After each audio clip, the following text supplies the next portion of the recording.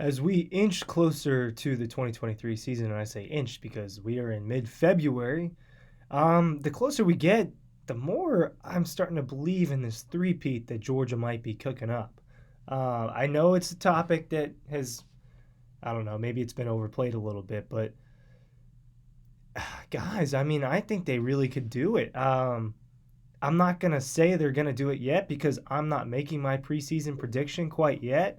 But I've flirted around with who I think is going to be in the playoff, and I've got some of the contenders rosters and projected depth charts pulled up, and I don't see one better than Georgia's with how much they retained. The coaching staff that Georgia has in place, what they got in the transfer portal. I mean, I don't see a roster better than Georgia's, guys. Alabama, Ohio State, I'm looking at USC, Michigan, teams I think with legitimate shots to win it all each year. I don't, LSU's good. I don't know if they're a true championship contender. TCU will drop off, in my opinion. So, look, this three-peat is starting to feel realistic to me because they totally can do it, and they know how to win. They know how to win championships. Don't mind me. I'm putting this mic here. I'm trying to give you the best mic quality possible when I'm not in my home studio, when I'm out and about. So I got some complaints about my AirPods last week. Sorry. Ryan Curley from Dog Post here. Talking about the potential three-peat, I think that this is super realistic. It is realistic. I thought that going back-to-back was realistic. Maybe not to sound like such a homer is why before the season started I said they weren't going to win, but I thought they were going to make it to the national championship. Making it to the national championship didn't surprise me at all. Obviously, when the season really happened, the circumstances changed. I thought Georgia was going to win the national championship, but preseason, I mean, I thought they were going to get there. I thought Ohio State was going to win. I wasn't too far off. I've said this over and over again.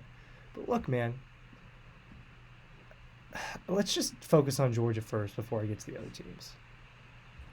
Defensively, I think the secondary is a little bit of a lateral move because, Kamari Lassiter another year, Malachi Starks another year.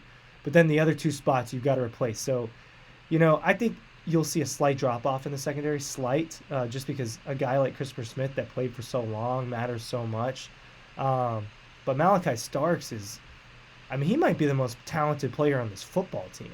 Now that Jalen Carter is not there, he might be the most talented player on this football team. He's up there. That's an interesting argument. If you guys want that, who are the most talented players on the team? Just raw talent. I'll make my top 5 list for that. I'll do that tomorrow. Michael Williams, Azir Stackhouse, Bear Alexander, Javon Dumas-Johnson, Smile. This defense is good again. Javon Bullard, but offensively could be better, guys. I think if Ra Thomas, I don't know the deal, but if he plays and Dominic Lovett, you've got Lab McConkey coming back, you've got Arian Smith, you've got Marcus Mosby-Jackson, Dylan Bell, guys are waiting their turn, a couple freshmen they really like. You still have Brock Bowers. Your offensive line is still going to be really good. Carson Beck is going to be flinging it around. Your running backs have tons of experience and tons of talent. I think Kenny McIntosh is better than all those guys, but this offense is going to be really good.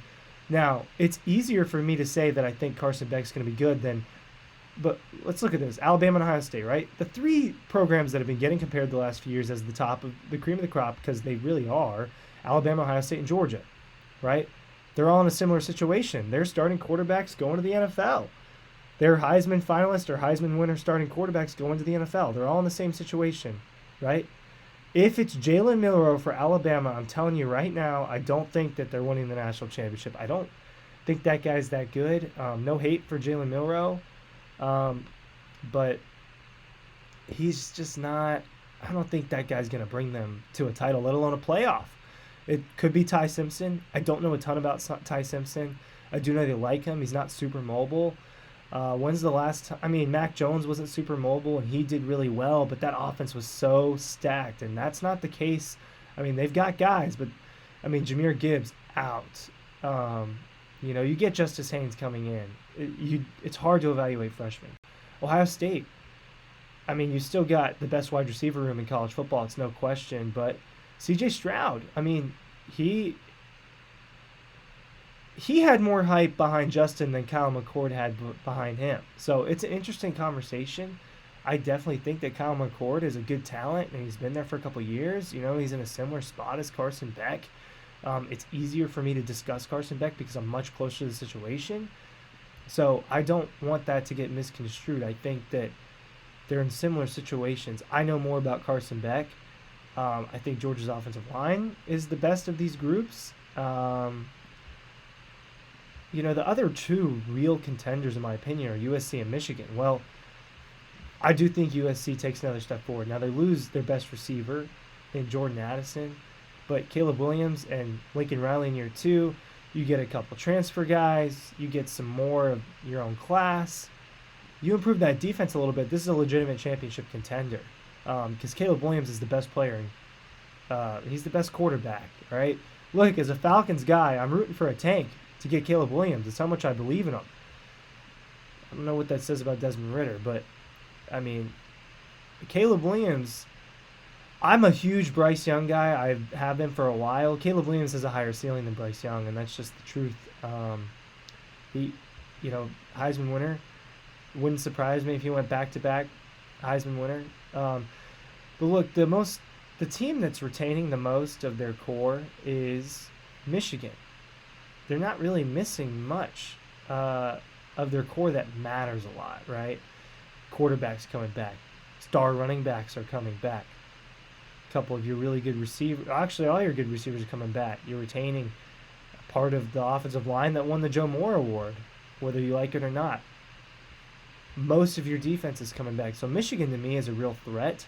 I think they were better than TCU. They just lost that day. They were not the better team on that day, but you look at these rosters, man. I obviously know more about Georgia's roster, but it's just better.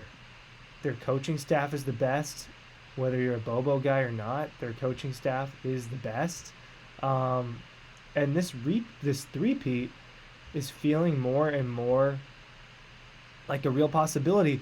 At the end of the day, what does it hinge on, right? If they are the best team again, does this hinge on two people? Does this hinge on Carson Beck and Mike Bobo? It's an interesting question. You look at Georgia's schedule. I mean, they shouldn't lose a game. They shouldn't lose a game. Is their toughest game at Tennessee? Yeah, I mean, their toughest game's at Tennessee, who I think is going to decline. So Georgia shouldn't lose the game. They should be 12-0. They should be going to the SEC Championship undefeated, playing probably Alabama or LSU, who I think they're better than just at this point in time. Are they better than Michigan, USC? Is Florida State a true contender? Those are the questions I can't answer right now, but the questions I feel like I can answer are the ones about the SEC, and I'm telling you right now, Alabama had the number one class. I think the number one class is great. I think Jermaine Burton, Ja'Cory Brooks are solid. Kobe Prentice is solid. They are not Jameson Williams and John Mechie. Jalen Milroe is not just that core offense. You know, the same sentiment with Alabama. You lose your best defensive player, and you bring other guys back. I do think as a whole, Georgia's defense is more talented than Alabama's defense. We saw that this year. We saw that proven. So, look, it's Georgia, right? There's a reason why they're number one in odds. They should be.